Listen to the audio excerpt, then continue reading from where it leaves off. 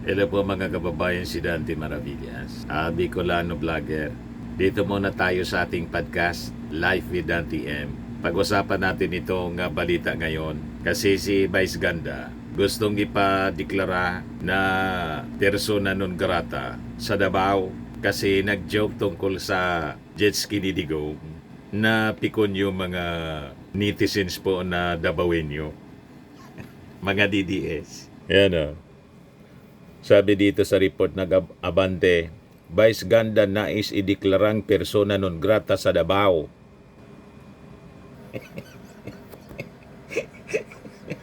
Bakit kayo masyadong pikon? Kung kayo nga po, kung magkapanglait sa ating Pangulong Bongbong Marcos, tinatawag yung ating Pangulong bangag, bangag, bangag, ngiwi, ngiwi, ngiwi. Butod, butod, butod, referring to Lisa Marcos. Wala nga pong reaction lang yung Palasyo Malacanang. Pero kayo, nagjo-joke lang si Vice Ganda. Alam naman po ninyo si Vice Ganda. Ganon talaga yung sistema ng mga jokes niya. May mga patama sa politika, sa kung ano-ano. Kahit nga yung ating Pangulo, hindi makaligtas sa mga patutsada ni Vice Ganda, pero hindi man po napipiko na tulad ninyo. sabi dito sa amin, pagpiko na niya, daing kuruan lubot. Iwan ko kung ano yan sa Tagalog na walang pligis ang puwit. Daing kuruan lubot. Pagpikon daw yung tao. Ayan o, sabi rito, Vice Ganda nais deklarang persona non grata sa Davao. Umani ng batikos mula sa ilang netizen si Vice Ganda matapos magbitiw ng patama kay dating Pangulong Rodrigo Duterte sa unang gabi ng kanyang Super Diva concert. Sa isang parody ng sikat na TikTok sound, tinira ni Vice ang kontrobersyal na jet ski promise ni Duterte. Binanggit ang mga DDS or die-hard Duterte supporters at nagtapos pa sa isang impersonation ng dating Pangulo na ikinatawa ng mga manunood. Napikod po yun. Ngunit hindi lahat ay natuwa. Isang Facebook user na nagpakilalang Davaoenyo ang umapila sa City Government of Davao na ideklara daw na persona non grata ang komedyante. As a Davaoenyo, I am appealing to the City Government of Davao to declare Vice Ganda a persona non grata in Davao City. Please lang anya sa kanyang post nitong Sabado, Agosto 9. Nagbunga naman ito ng samot-saring reaksyon. May mga sumang-ayon mula sa mga taga-suporta ng pamilya Duterte habang may iba namang natawa at ipinagtanggol ang komedyante. Masyado kayong pikon. O, ito yung parody mga kababayan, panoorin natin. Nothing beats a jet ski holiday. Right now, to West Philippine Sea by jet ski. Get unlimited water bonding from Chinese vessels. And free trip to The Hague by the ICC. Promo applies to EDS only. Big allowance and BBMs are prohibited. Huwag niyo kong subukan ng mga puntang nilay niyo.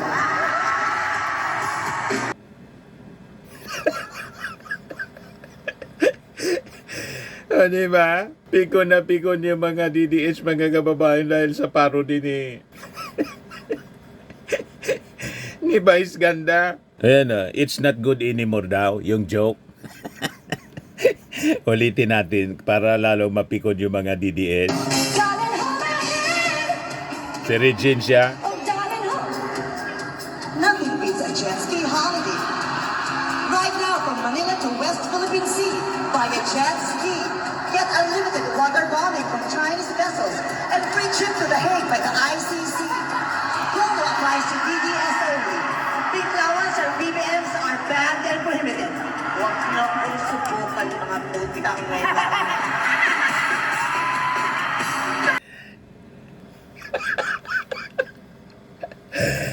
Pikon na pikon yung mga DDS po. Gustong ipadeklarang persona non grata. Si Vice Ganda.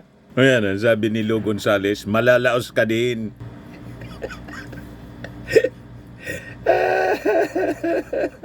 Sabi ni Samboy, yari ka Sir Vice. Sabi ni Chris Palisona, pag sila nakakarinig ng masasakit na salita, gawin nyo santo tatay nyo. Sabi ni Wim Obos Wims. Meanwhile, ang selective ng mga nagrireklamo, pumapalakpak kayo nung tinatawag ni Tatay Digong na stupid ang Diyos at nag-rape jokes pa. Now on the age sa isang joke lang ni Vice Ganda. Double standard level expertise. Kaya go lang Vice, give them more reaction than those persona non grata dito, mga kultong DDS. Sabi ni Jason Milan, pag-ari ba ng Duterte ang Davao? Pag si Duterte gumawa ng pangbababoy sa Diyos, okay lang. Pag ibang tao tumira sa Duterte, galit na galit ang Duterte. Mga tanga talaga, dapat katulad ni Duterte ang ipagbawal na makabalik dito sa Pilipinas. Sabi ni Renz Obasan, DDS lang naman ang natamaan. Doon kaming mga normal na tao, walang pakialam doon.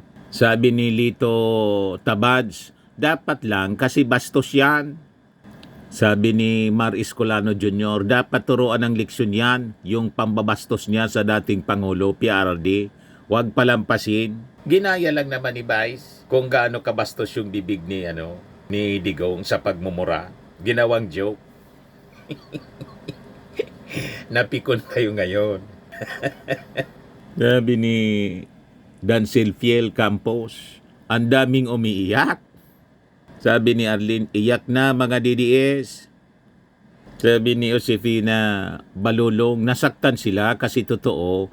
Bakit si Baste nung sinabi niya na gusto niyang manuntok ng isang unggoy, ganun na lang naman yon, ganti-gantian lang. Sabi ni Ami Magusta, tama lang yan, baklang kapre, yan, nagkapira lang, yumabang na, dati lang sa tundo ng mga street children. Sabi ni Imelda Mel, sa Davao lang naman doon sa lugar na maraming DDC. Sabi ni RG Ison, sus, pala desisyon, wala naman masama sa sinabi, totoo naman ang sinabi sa joke. Sabi ni si Annalyn Baleng Felicia, more cities to announce. I'm excited, grabe kabayo. Pikon na pikon mga kababayan yung mga DDS, yung general public, mga netizens, mga kababayan, ayos lang sa kanila. Ang galit lang yung mga DDS. Kaya sabi dito sa post ng Voice of Millennials, kasi ito, kakamping ito si kakamping itong si Vice Ganda. Ang sinuport nito ng eleksyon si Lenny. Sabi ni Manro Solito, talk about a double standard. The very people offended by Vice Ganda's jet ski holiday jokes are the same ones who laugh their asses out to the exorcism of Lenlen Rose series. The people demanding respect for their Tatay Digong now were the very same people who remained silent when their Tatay Digong made a rape joke, insulted the Pope, and called God stupid. Why there's a sudden demand for respect now? Go enjoy a taste of your own medicine. Double standard nga. Sila pwedeng manlait, pero pag sila, ginawa mo sa kanila yung ginagawa nila, pikon na pikon, galit na galit. Yung ating Pangulong Bongbong nga po, kung lait-laitin nila, matindi at hindi din nakasalba, nakaligtas mga kababayan sa ganyang uri ng joke. Yung ating Pangulo, kay Vice Ganda. Ngayon po, same occasion po. Pakinggan natin kung paano dino-joke sa ngiwi-ngiwi ni Vice Ganda yung ating Pangulo.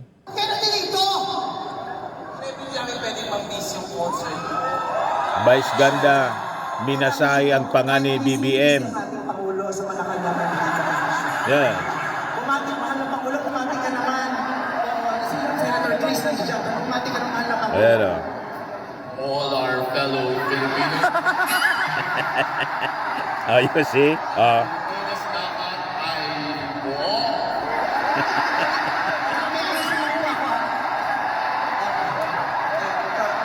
Minasay yung panga.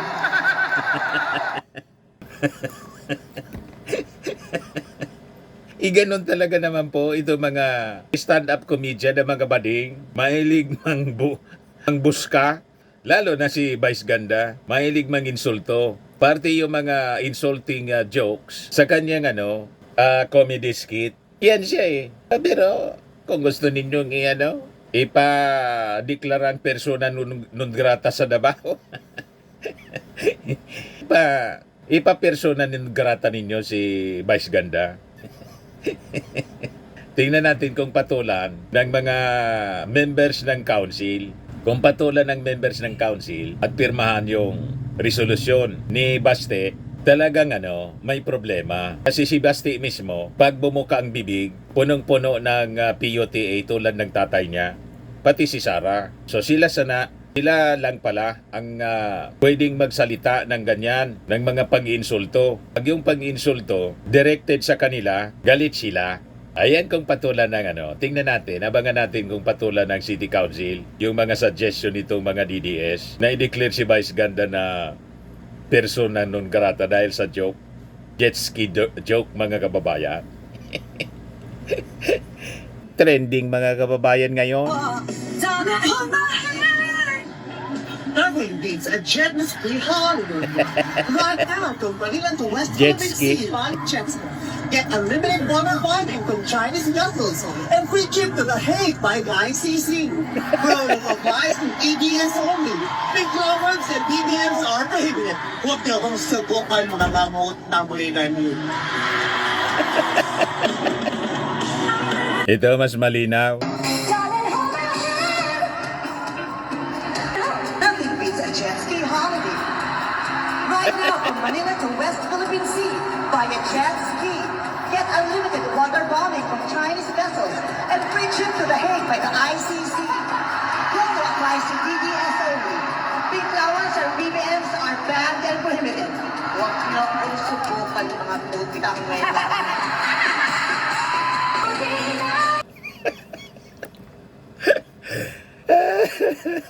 Tuwang-tuwa yung mga tao po. Anyway, abangan natin kung patulan ng city government. Kung patulan ng city government, talagang matindi talaga ang tama. Okay po. So ito po ang ating short video at atid sa inyo ng ating sponsor. I am Worldwide Amazing Pure Organic Barley Powdered Drink Mix from Australia. Yung gustong magnegosyo nito, mag-message na lang po kayo sa amin. May promo kami rito. Message ninyo yung aking anak na architect entrepreneur, Riz Maravillas. So lagi ninyo pong tatandaan sa buhay, you become what you believe.